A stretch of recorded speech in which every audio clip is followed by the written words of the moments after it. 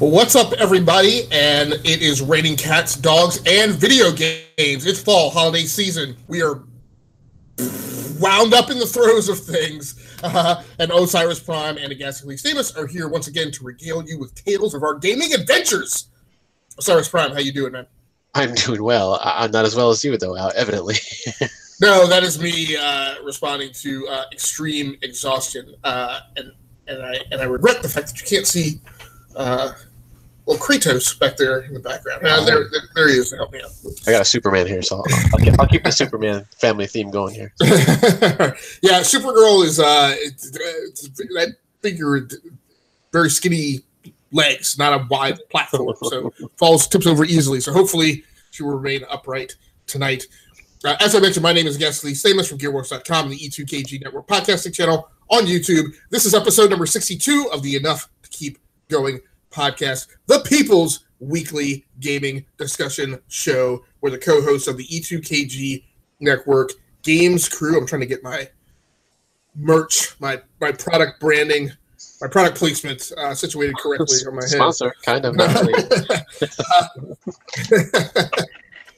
Get together each week and assemble in round table fireside chat fashion and talk about the games that we've been playing, the things that make us excited, the things that remind us why we keep up with the news, why we keep up with the industry, why we keep up with the biz and look at the financials and map out all the releases and yada and yada and yada and yada. So it's all about the actual gameplay and the enjoyment that we get out of that. This week we've got a set of tales to tell. I will be reporting out on my assignment to revisit Call of Duty Ghosts. Thank you very much. And Osiris Prime will be talking about his time in the Black Ops 4 beta. And so we have a little bit of serendipity by those two things arriving at the same time to have a concurrent conversation. Prime will also be talking about the Final Fantasy 15 Pocket Edition experience. I will be talking about my experience going back to revisit Destiny 2 after the drop of DLC, as well as my live streaming adventures playing Dirt 4 and other things. So let's get right down to it. This is going to be a little janky because I've also got to get out the social media, so I'm not exactly sure how I'm going to handle that. But we can jump into just play the GX part first if you want. Yeah, why don't you go ahead and start? I know you had one thing queued up, but I'd like you to maybe go ahead and talk about the Black Ops 4 Blackout beta. Okay, yeah, no problem. Yes, so Blackout beta was last weekend for the Xbox, finally. It came out for PS4 the weekend before, or actually the week before. It started the week of. So unfortunately, I only got to play the one day. It was Friday night, but I did get a good chunk of playtime in, at least a couple hours, a few hours at least. Of course, I had my adult responsibilities the rest of the weekend, so I couldn't jump back in. But it was good. I really liked it. It was. Well, for one thing, it was actually the one thing that kind of struck me right away was just the colors, because it's pretty. It's in between like the maps. So what they did basically is they took various maps from the Black Ops series and put on this gigantic map. One of the, as they say, the biggest map in Call of Duty history. So they have like Fire Range is one of my favorite maps, kind of like in the middle of the map. They have Asylum, which I think was one of the zombie maps. They threw that in there. In one section, they had Nuketown, which is it's run through all the Black Ops series so far. Start from the original one up to the future Black Ops 3. I'm assuming it's going to be Black Ops 4 too. Who knows? They just peppered all these little maps into this gigantic, huge map, and in between, they have these grassy areas. They have kind of open areas, but even like Asylum, it was just like kind of colorful, kind of bright. I was kind of surprised, not that as Call of Duty's always been doom and gloom, but some of the maps have been kind of muted colors and just grays and blacks and browns and stuff like that, kind of like Fallout 3 kind of was for me. It was just kind of like blah. But this was very colorful. I was really surprised by that. Almost had that like Fortnite feel with the colors. Obviously not as cartoony. This is more realistic graphics, but just the colors kind of popped out. Gameplay wise, I mean, it's Call of Duty as far as the shooting mechanics and stuff like that. So you do get perks, and you do get I won't say kill streaks, more like I forgot what the other one used to be called. It wasn't kill streaks. There's like a support streak you could do. So those things are actually peppered throughout the map. So you can pick up like Iron Lung, which gives you more breath when you're trying to scope on somebody, to stay yourself. You have one, and I'm sorry, I don't remember the name since I only played one night, but there's one where when you get locked down from somebody, about to snipe you or about to shoot you, it actually gives you an audible tone. So you can duck, you can dive, well, I shouldn't say dive. You used to be able to dive in Black Ops. So in this one, you just slide as you're running, and you hit the crouch button, so you can do like a slide, stuff like that. So it's actually kind of cool, and the nice thing about that is that in every map, in every match, they randomize the where all this stuff is, not just the perks and stuff, but the guns too. So if you found a rocket launcher in fire range one map, it's going to be an asylum or up on the far north side or something like that. So that's nice. It's nice that they randomize it like that. You can't just I hate to say it, but Halo it, because Halo it will always kind of puts their stuff in the in the same area pretty much all the time, I believe. So it's nice that they gave that variety. And then there's vehicles. There's only actually 3 that I saw. There's a boat, kind of like a little I don't know what they call them. It almost looks like an inflatable boat, but it's like the military one. You have that. You have a little ATV that you can get at least 2 people on. I've only seen 2 people riding on it. And then you got this ginormous I won't say tank, but this like big truck, almost like it almost would be like a flatbed, but it has like the sides on it, the gates, so you can carry your whole team in that one. So it was pretty cool. Driving, and I mentioned this in the Flock chat, it's the Halo driving where you use the sticks to accelerate and brake and steer, and I could never get used to that. Well, I should say never used to it. I kind of got used to it, but it's just counterintuitive to me, I guess, to use the sticks to accelerate and brake like that. And it just doesn't seem like, especially when you're braking, like it actually brakes when it should. So it almost seems like you kind of just have to slow down. It's almost like you're trained, basically, where it takes you a while to slow down, other than just stopping on a dime or something like that. So I don't know if there was like a quick turnaround or like a handbrake kind of a button or not. Once again, I didn't get to jump on vehicles too much, but it was cool. So one of the things is, so you've drawn a lot of comparisons to other games, Halo, past versions of Call of Duty.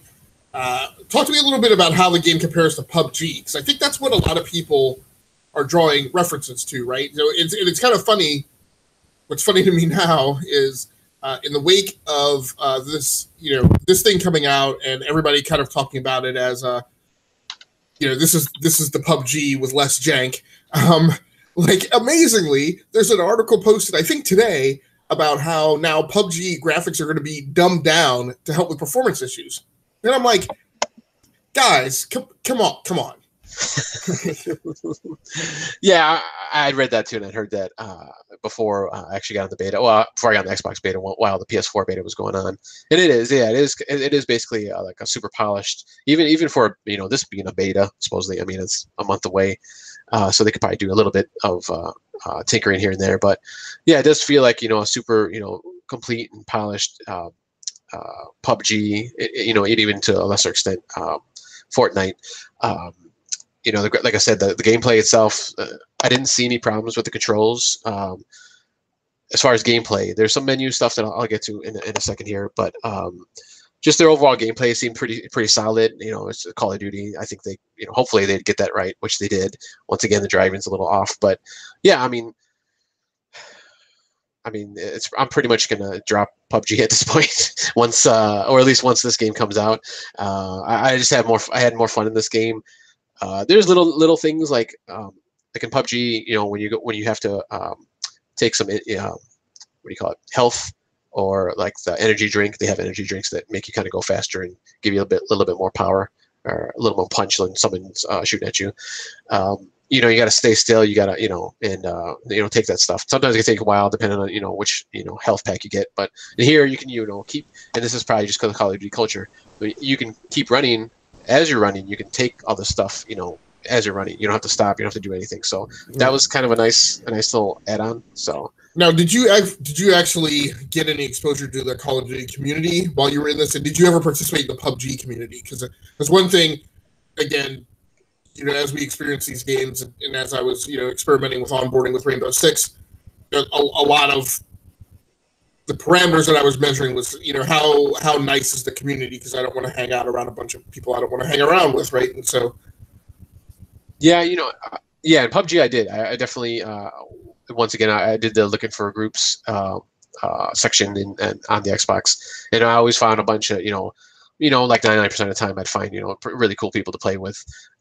And I tried it here, but I never got into any games when I did that. And I don't know if it's just because, I think it was a closed beta, at least when it started. Maybe Sunday they might have opened it up. But I know you had to either, get it through like a contest, or these codes through a contest, or, Twitter and stuff like that. Or if you pre-ordered the game. So there might not have been as the biggest community that, obviously as PUBG has right now. So that kind of failed on me a little bit. And when I was playing with randoms, once again, it's just kind of the same thing as has been on the Xbox One. Like, nobody was talking, so I'm assuming those people were in parties already. So it's like, okay, so I mean that's fine. I'm used to that. So let me ask you a little bit about physics, because one of the things I'll talk about is just how Call of Duty Ghosts kind of feels. So one of my questions is, one of the things that I noticed in Call of Duty Ghosts that I did not like is I didn't like the aim down sights physics model.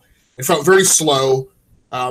And it felt like in the time that it took me to aim down the sight, that I could easily be shot 3 times by an enemy. So did that feel better, higher fidelity, faster in reaction time for you? Yeah, it was definitely faster when you're aiming on the sights, and there is, which is once again kind of surprising. This is Call of Duty, but there is bullet drop. So if you're some enemies far away, you do have to compensate for them. If you're using like a sniper or even just like a regular gun, and you're trying to shoot them from far away, you got to aim a little bit up, because the bullet's gonna go down as it travels farther, like it should, obviously in real life. But I was kind of surprised they did that, just because Call of Duty once again. But it's kind of nice that they added that little touch in there. So now for the battle royale mode. So is this map larger than historically a Call of Duty map would normally be? Oh yeah, it's definitely like I said, they're putting like the old maps in this huge, large, and it's probably about as big as maybe even a little bigger than PUBG and Fortnite. So, but it's pretty cool how it all kind of ties together. Nothing seems out of place. Like I mentioned, the Asylum one is kind of an area of kind of desert, rocky area like around it. So it kind of makes sense that this decrepit house is sitting there, and obviously firing range is this little bit of a town that's kind of in this kind of enclosed, grassy, wooded area. So it all does kind of make sense with well, at least the places I saw. I didn't get to jump around the whole map, so it made sense. Okay. All right, man. What else do you want to talk about for the Black Ops beta? Just a little bit of negative that I saw. Once again, the cars. I hope they fix that, or at least make it a little bit more loose. It seemed kind of tanky, I guess.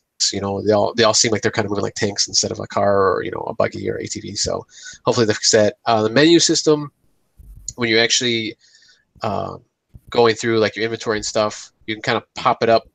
You can go into a menu just like you would in PUBG, where a big UI comes up and you can pick stuff, which is nice. And then, but you can't keep moving, which you can in PUBG. So yeah, that's a little weird. So they switch things around there. But then there is like a quick menu where you can just pop up. It just like lists all basically whatever you have, and you can kind of switch out stuff on the fly, that's kind of nice. But it only seemed to be able to go like one way on the menu, which is weird, and I'm sure they'll fix that. Like you can only go from left to right. So yeah, if you skipped over something, you had to like wind all the way back around and come back. So that's kind of weird. But other than that, yeah, I mean, I didn't see any graphical problems, like no pop-in or jaggies or all that other graphical things that can go wrong. So it seemed pretty solid. I mean, for a beta. So I was actually really pleased about it. Very cool. Very cool. So anything else on Call of Duty Black Ops 4 beta before we talk about Call of Duty Ghosts? Nope. That's the only thing is this actually saved me buying this game because I had pre-ordered it, and then when I played just the regular multiplayer beta, I was like, yeah, it's okay, it's fine. It's Call of Duty. I didn't see anything too big about it, but this has definitely got me back on the wagon, and I'm definitely buying this game on day one. So okay, very cool, very cool. So my assignment was to revisit Call of Duty Ghosts. I talked about this a little bit on my live stream that I just got off of to Twitter. If you don't know, every week usually one of the co-hosts, is in the barrel for Picks Plays. It means they have to pick 3 games that they were planning on putting on their playlist. Excuse me. But rather than play those 3 games, they offer them up in sacrifice for the other 3 gaming team co-hosts to select for them which of those 3 games they are specifically going to be assigned to play over the week to 2 weeks following up and leading up to their report out. So I now have a very long sordid history with my most recent pick, which was by now back probably at the end of July. In that the thing that I offered up and the thing that the other co-hosts wound up picking for me was this package of multiple games that I have kind of admittedly struggled to find time to play through. So I've done my week where I've come back to talk about Battlefield 1 single player. I've done my week where I was supposed to come back and talk about Battlefield 1 multiplayer and the problems that I had getting to that point. So we blew through that, and I'm now on to the second half of that assignment, which was led off with the requirement to play some Call of Duty Ghosts single player. So a little bit about that setup and experience. Number one, it's always janky on Steam as to which of my games may or may not have a cloud save. This one did. So I didn't actually start back at the beginning of the story. The story that I did experience, I am like, what in the world is this mess? Like, people talk about how disjointed the Destiny 2 story is. It's got nothing of Call of Duty Ghosts. Call of Duty Ghosts jumps around in time, as far as I can tell. There are instances where you are in your timeline. There are times that you're in your past. There are times that I'm not certain. It seems like you're at some point in the future beyond what you just recently played through. It seems like sometimes when you're playing through a thing that would be in the present, it actually turns out to be like a flashback. And I'm like, oh, okay. I've come to the point now that I guess I'm just going to say that it doesn't matter. So there's that. There's elements of the story that I don't like, probably beyond any of the post-Modern Warfare game releases. The story of like the 2 brothers and the dog and the interaction with the father, to me, is just way overly and not necessary for what Call of Duty is. Now, I'm a person who still likes a good single-player story to be delivered with my multiplayer games. So there are pieces of it that are fine for consumption, but most of the time I'm sitting there going, again with the brothers and the father and the dog, and I just like, look, just let's get past this and let's deal with it. From a gameplay perspective, I think the thing that grates my nerves the most, and I've talked about this with Tomb Raider, I heard there's more of it in Rise of the Tomb Raider. I'm going to be really bothered if there's a ton of it in is it Shadow of the Tomb Raider that's soon to come out. There is this thing about them constantly like yanking control of the on-screen avatar out of your hands and running everything as like a render or a scripted event, and it drives me nuts. Like the section that I was playing through right before we jumped on the podcast is you're doing an assault on like a skyscraper, luxury tower, and there's a point where part of what you're supposed to do is pull out like a mini blowtorch basically, and cut through the glass. And I'm like, and so one of my problems is I don't like where the thing converges, where they're constantly giving you new tools or a unique approach to a combat situation, but just before it's about to go down on screen, they yank control of you out, and what you're actually in is some type of weird quick time event. So for instance on that mission is you're walking down the building, assaulting the guards who are staged through different levels of the building, and then so in this one sequence they have you drop down on a guy from above and take him out. But I'm like, oh, cool. So that's like the overhead sneak attack that I just learned. I'm like, no, I don't think there is a Call of Duty Ghosts overhead sneak attack thing. It was a one-off, like near QuickTime event thing where you were just supposed to press a button and drop down on them. Then right after you kill that guy, another guy comes out of like another two guys come out of a door onto like the window cleaner platform or balcony that you're on. The game has the guy on screen reach into his coat and grab a throwing knife out. And I'm like, oh, cool, there's throwing knives. They're about to teach me how to throw the throwing knife. So you throw this thing at this guy, and I don't think that there is a throwing knife mechanic for you to really learn in the single player campaign. It's completely and entirely a one-off. So I really dislike the like constantly yanking control out of your hand. It really started to grate on my nerves near the end of the Tomb Raider campaign in the reboot. And I don't like it here, especially in like a Call of Duty game. Like I feel like you don't have to. I'm like, look, if you guys do a slow-mo scene, you're not some avant-garde like indie artsy director rendering this thing on screen that's never been done before.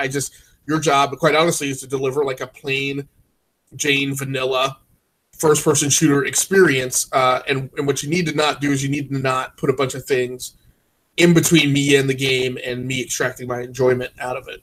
So, I don't know, that kind of summarizes my feelings that I had after, revisiting Call of Duty Ghosts. For me, Call of Duty Ghosts was one of those things that either, like, when it came out, I read about it, and I was like, this isn't what I want. And then it went on sale in the deep in the back second 2 weeks of the holidays, and I bought it then. I think is the way it went down. So, I've played through like the very first sequence of the game, I think, and that's the part that I was missing when the game came out tonight and pulled up a cloud save. But other than that, I haven't revisited it really since then. So I don't know, Prime. Any thoughts or feedback? No, you can stop right there. You don't have to go. You don't have to go any further. Yeah, it doesn't really get any better. Yeah, no, I actually went through Call of Duty Ghosts and played the whole game.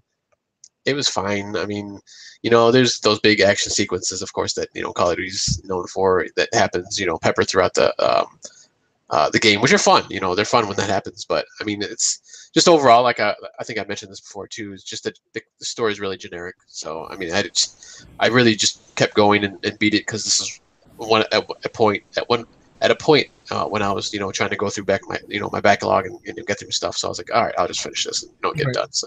And I think the difference between this and say like the action sequence on the ship in Modern Warfare is it happens way too frequently in Ghosts. It's like every 10 minutes they're like stopping you in the middle of a hallway and manhandling you into some type of QuickTime event.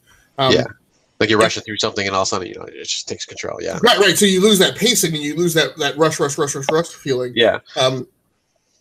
The other problem I have with that is when you do that is I'm playing on PC, and I'm really kind of offended that like they feel like they can throw a QuickTime event using any of those buttons on like the 104 keys of the keyboard. And I'm like, that's a bit of an exaggeration, but my point is like playing through several of them in sequence. I was like, I never knew from sequence to sequence. I was like, okay, so last time they called for F or keypad enter. This time they call for E or keypad / right? And I'm just like, okay, what are they going to call for next, right? Like, I only have my hands within reach of like so many keys, immediately within reach of so many keys. So it just, the whole thing just became really aggravating. Yeah. If you want to go through a Call of Duty story, go. Advanced Warfare was pretty good, so I do recommend that one.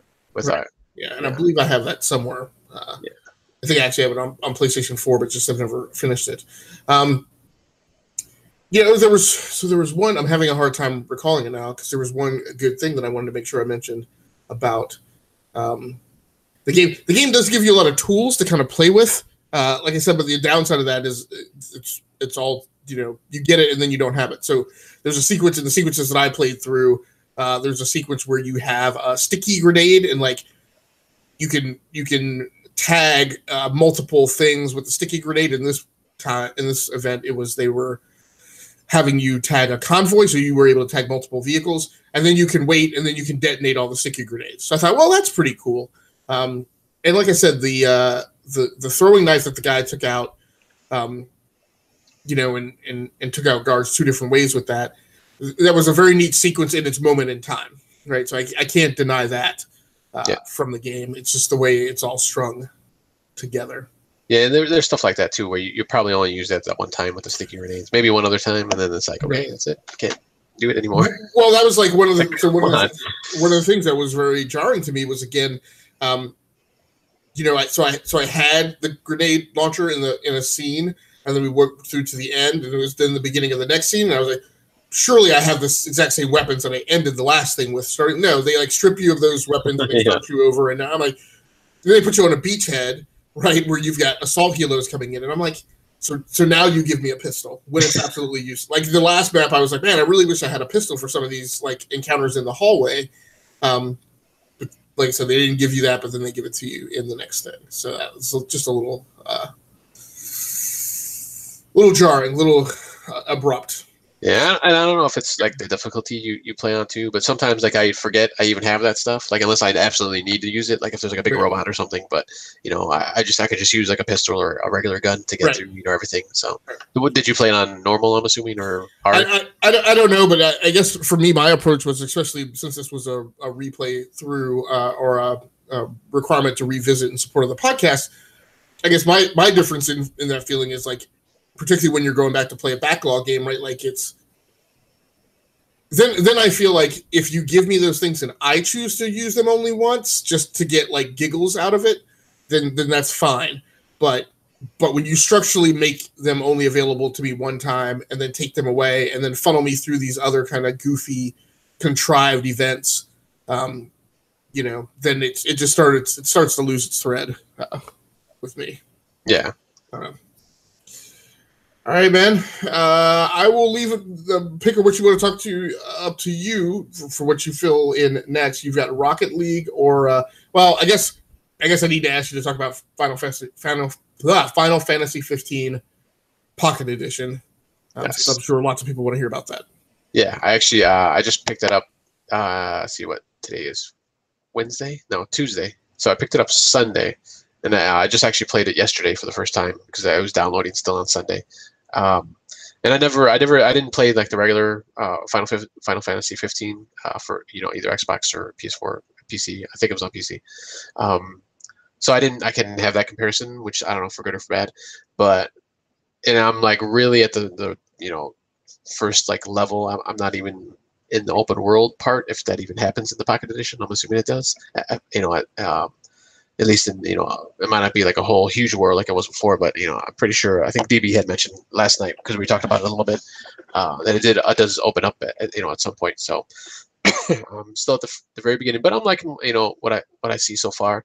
The characters are obviously like that chibi, kind of short, big headed, big hands, big arm, big feet and stuff like that, which is fine. I don't mind that style. Controls seem fine, and one of the reasons I actually wanted to play this one is because it's not turn-based, which I remember a lot. I think it hasn't been turn-based for a while, but a lot of the older Final Fantasies obviously were. So you can just move around freely. You hit A or B, whatever to attack, and you just attack. So it's not like a control. You pick defense or magic and stuff like that. You just have it at your disposal. So that's nice. That's one of the things I kind of really liked about that too. So I'm having fun so far. Like I said, I'm not super far into it, so I can't talk too much on it. It's probably the next time we do a GX show, I would have gotten more into it, especially since I'll be on the road next week. So I'll have plenty of time to to play that, and hopefully other games. So yeah, it's fine so far, but I haven't really played too much, so we'll see. I don't know if it interested you at all, or if you picked. I don't know if you picked it up on PS4 or anything like that, the normal edition. Nope, this is firmly back in my keep-out zone. I've spent enough money running experiments to try and onboard with a JRPG in 2017 and 2018, so I don't think I'm going back to that well anytime soon. All right. Well, like I said, it's not turn-based, so I don't know if that matters to you, but no, not yet, not yet. I'll keep an eye on it and see if it was something that I should have played in the zeitgeist, or if it's still a worthwhile pick up, like buy, later. Yeah, $15, so it's not bad. Yeah, for this version. Right. Not that bad. So speaking of $15 and things that are a good deal, if you don't already own Destiny 2, it is free this month on Xbox. Right? Is it free on Xbox Live Games with Gold? Destiny? I think that's PS Plus, wasn't it? It's definitely free on PS Plus. I thought they were doing something with it on Xbox Live Games with Gold also. Yeah, I don't remember hearing anything about that. So maybe that's their end of the month thing because they do the whole rolling wave. I don't know. Yeah. But definitely free on PlayStation 4, which I still find difficult to believe. But it's just an opportunity for you to pick the game up and play at least Destiny 2. Now, one of the things... That's just the base game, right? Right. So one of the things I noticed, so Swiss recently, I guess he recently picked up Destiny 2. I don't think he got it in this deal. I don't think. No, because he had it on PC.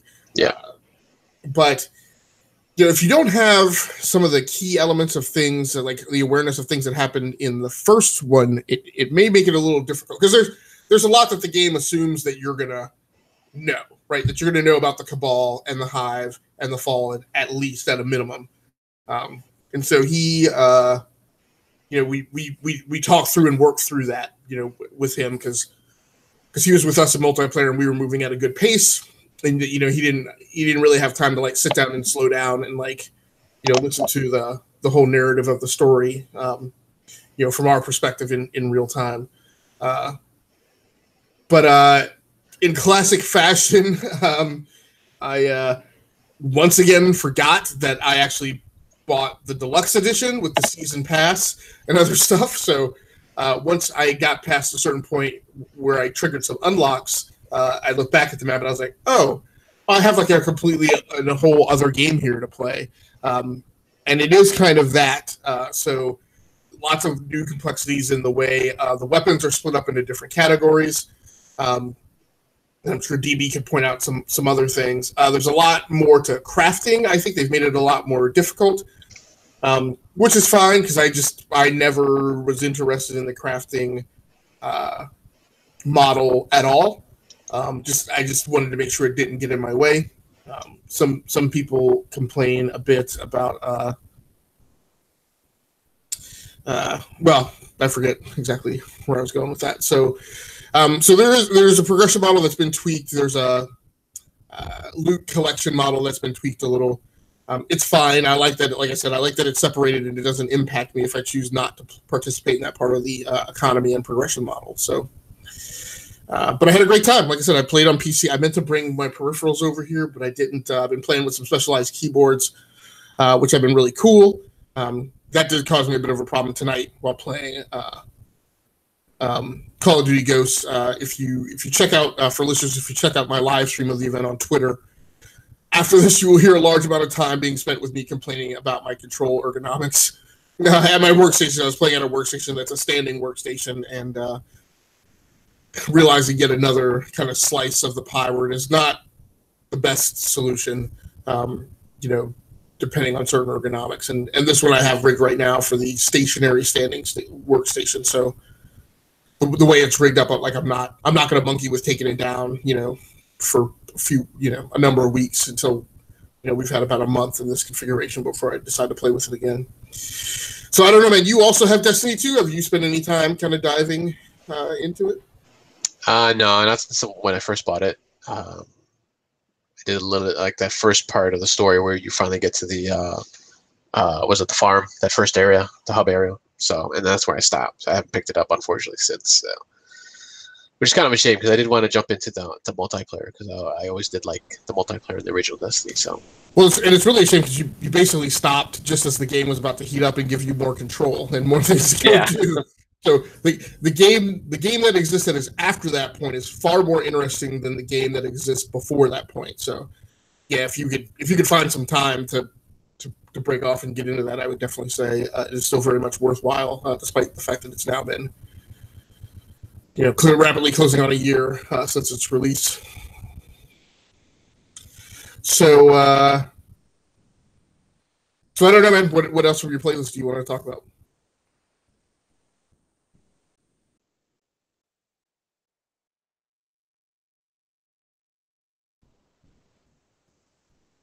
Prime, did you what else from your playlist do you want to talk about?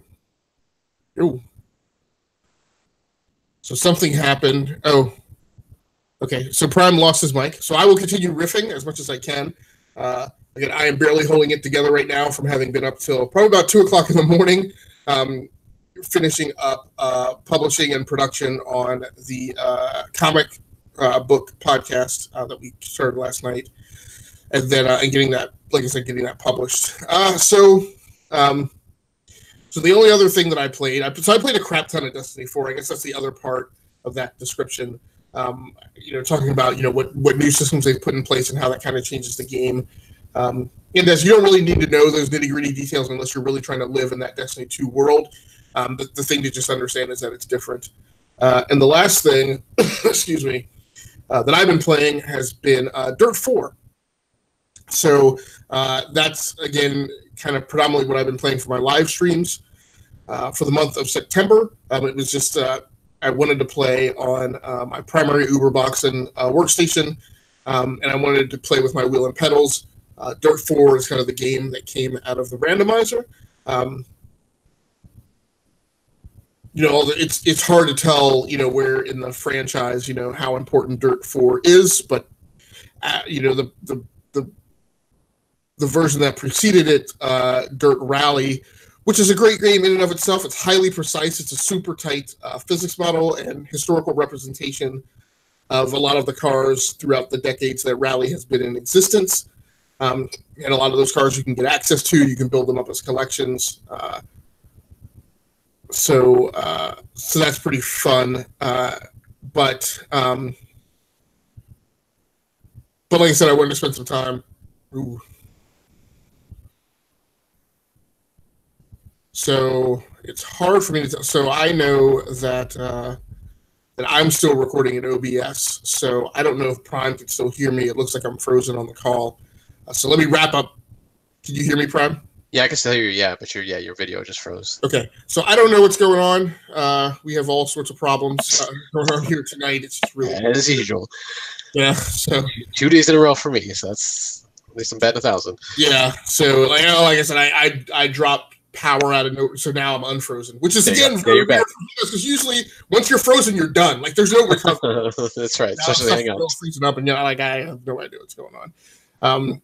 But Dirt 4 I found is also pleasing because Dirt Rally was a thing. It's year that it released, and it's great, and the game's still there, and there's a ton of content, and it sits in the backlog, and I can always go back to it.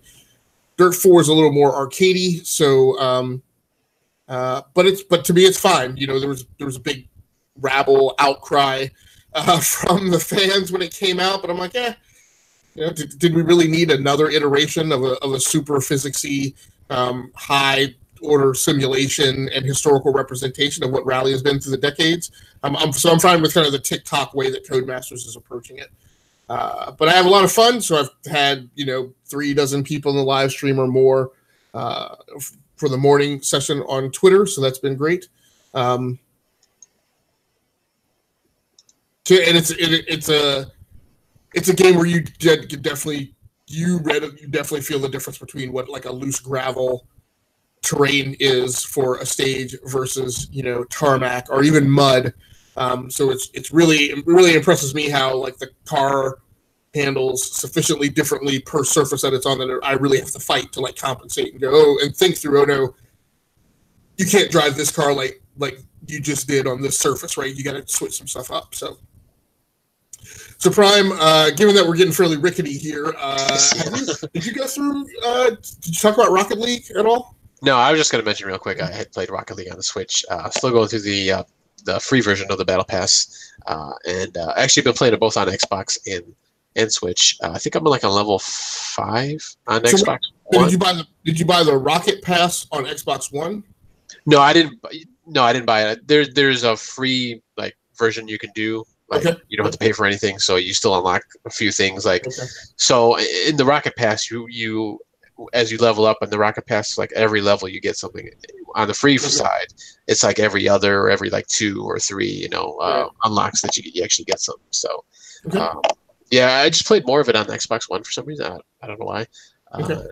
in the past weeks, but this week I actually played a little bit more on Switch, so I'm on level 3 now.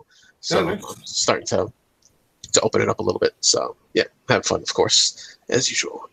All right, man. So what's up next in your play queue, your playlist? So like I mentioned, I'm going to play a little bit more of Final Fantasy 15, and just now, before we got on the air, hold on, let me get out of here for a second.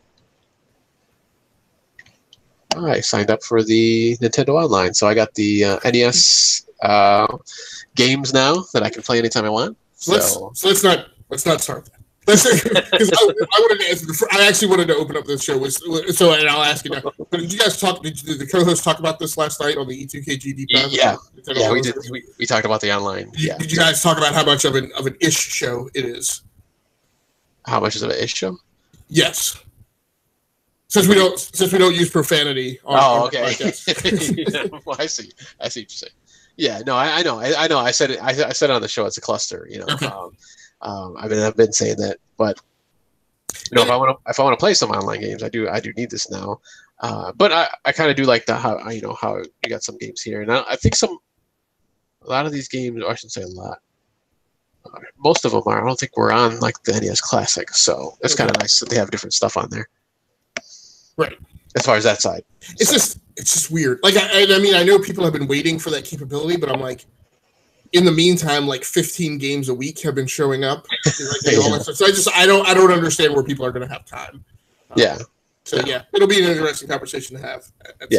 Once I fully dive into it, then obviously we got the cloud saves and that stuff. There's supposed to be discounts. I haven't seen that part of it yet. So I'll have to see. I guess more discounts than even just the normal ones they do during the week. So, but yeah, so I'll be diving into that. And like I said, I'm on the road next week, so I'll probably have. Well, I should say probably. It will just be Switch gaming. Probably a little bit of mobile gaming. So we'll see. A couple weeks when I come back, what I will report out on. Maybe a lot because I got a lot of games on Switch. Right. So I got to get to a lot. And that's actually. And that's I'll mention that just as an aside. So I've actually gotten back into mobile gaming just a wee bit. So I recently picked up a Galaxy Note 9, and it was there. It's got the power and the storage now. Finally, at 128 gigabytes, which I would argue it should have been at before. But it gave me the room to go ahead and go back and install some of my favorite Android games, and also to check out a few new ones. So. I haven't really gotten into any of the new stuff. I just checked out some of my old favorites, some of my old just kind of time waster games, like physics games and stuff that I was messing around with. So, cool. But up next for me, I will be quite honest, I don't know. When I walked into the show, I was determined to kind of like compensate for not having played as much Call of Duty Ghosts as I maybe arguably should have to prep for the show. Although, like I said, I think I got a lot of the impressions out of it that I would, regardless of how much I had put into it. So I came into the show thinking that the up next for me is I'm going to go back and play some more Call of Duty Ghosts. I have things set up for live streaming right now, right? So I always hate to go through all the hassle to set up a live stream rig, and then only live stream for an hour. I feel like I should get more out of it for that level of effort, but right now, I don't know. Even what you said, I was like, do I need to go back and play more Call of Duty Ghosts? Is that a thing that I need to clear from the back? I don't know. There's a lot of other stuff around here. So somewhere I'm going to try and strike the right balance between, like I said, the time I invested in setting up the live stream, what's available on that PC, and what I want to play. And I'm just really unhappy with the ergonomics of that standing workstation too. So I'm probably definitely going to play a first-person shooter on PC. It may be Call of Duty Ghosts. It may be something else. So because I do want to work through ironing out exactly what I want out of that workstation as far as the gaming ergonomics and setup.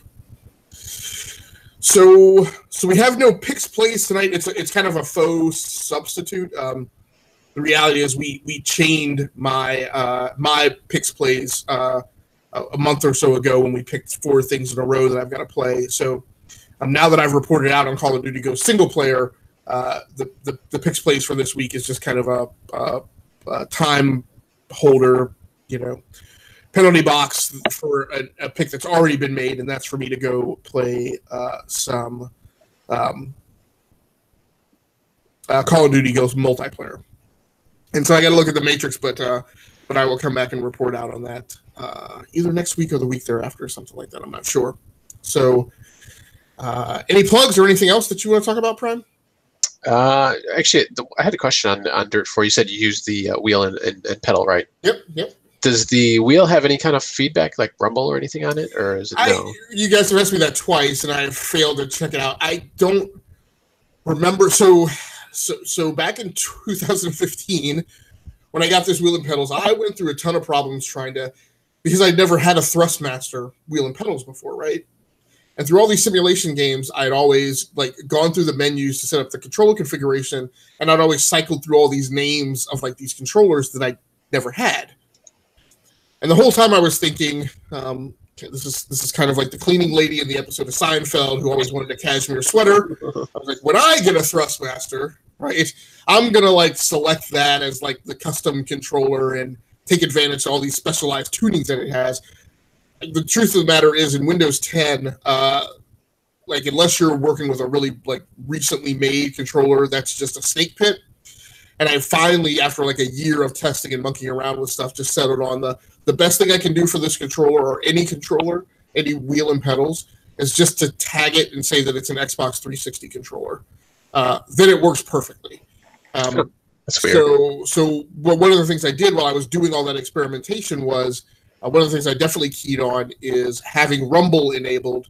Definitely dorked with the control input model of the wheel. So that may mean that it does have rumble. I think it does, but I have in Pavlovian fashion just wired myself to always turn it off, to the point where I never even remember to check to see if it's available. But I will check that. I will try and check that out. Well, I got to make a choice on what I want to do about live streams too. So maybe if not this upcoming live stream on Thursday morning, then maybe the follow-up live stream on Monday nights. Okay. Yeah, I was just asking that because you had mentioned how the different grounds feel, like the gravel and the mud, and I thought maybe it was because of the rubble. Maybe it did a little bit more, stuff like that. Yeah, no, this is purely from what I see on screen, where the shock problem is you run the Subaru Impreza, which is one of my vehicles in the game that I drive frequently, and you have a stage that's 3/4 asphalt, right? Then the very next round you're running, and they put you on loose gravel, and it's a jarring transition to make. So okay, yeah. So that's going to do it for us for tonight. We've been through the picks plays. We've talked about what that's going to be. That's going to be for me to play Call of Duty multiplayer, Call of Duty Ghost multiplayer. We've talked through the up next. Again, I don't know exactly where I'm going. Prime, you said you're going to be checking out what again? I'm sorry. The Final Fantasy and a whole lot of Switch games, probably. Right. Diving into the NES Classic Library. And then next week, 3 different I think we're back at 3 co-hosts next week. Maybe not. I'll have to check. Anyway, we'll be here next week. Yes. That will be out though. Right. Yeah. So it'll be somebody. It'll be you use Swiss and DB on Monday. Okay. Great. You and Swiss on Tuesday. Okay. So it'll be another 2-person show. But rest assured, we will be here manning the desk, butts in seats, doing the podcast. So thanks so much for joining in. Thanks to Osiris Prime for joining in tonight and providing half of the commentary. Once again, my name has been Agasicles and Osiris from Gearworks.com, the E2KG Network podcasting channel on YouTube, the Rounding Off Infinity Gaming channel on YouTube. If you want to go check some stuff out, number one, you can check out the live stream that I just did right before this show on my Twitter profile. You can join me on Twitter Monday nights at 11 p.m. to 1 a.m. for the regularly scheduled September live stream. And then the second weekly regularly scheduled September live stream this month goes down Thursdays at 4 a.m. to 6 p.m. 4 a.m. Well, wouldn't that be a life if you could stream from 4 a.m. to 6 p.m. But from 4 a.m. to 6 p.m. Quite the stamina there. 4 a.m. to 6 a.m. Thursday mornings. And again, all those times are Eastern. What I would also ask you to check out, particularly for those of you guys who are comic book readers, is please check out the podcast that it's a monologue, unfortunately, for the time being, until another co-host raises their hand on Twitter and says, hey, I really want to join in on that comic book conversation. regardless, I kicked it off last night because it's just something that I wanted to start getting done. So you can check that out. It's up on the E2KG Network channel on YouTube. It is also available on SoundCloud as a download. By the way, as I keep mentioning on Twitter, if you are an audio listener, if you're the type of person who gets up in the morning, opens up the Pocket Cast app on your phone, pulls down a bunch of podcasts, and then that's what you listen to on your commute. We are now on the Pocket Cast app. So I will put the URL in the show notes for this episode, so you can put that in. Right now, for some reason, we're not discoverable if you just do a search for E2KG. But if you have the URL, you can put that into the search box, and it'll immediately return E2KG Network. So thanks once again for joining in. I think that's going to do it for us. We're out of here.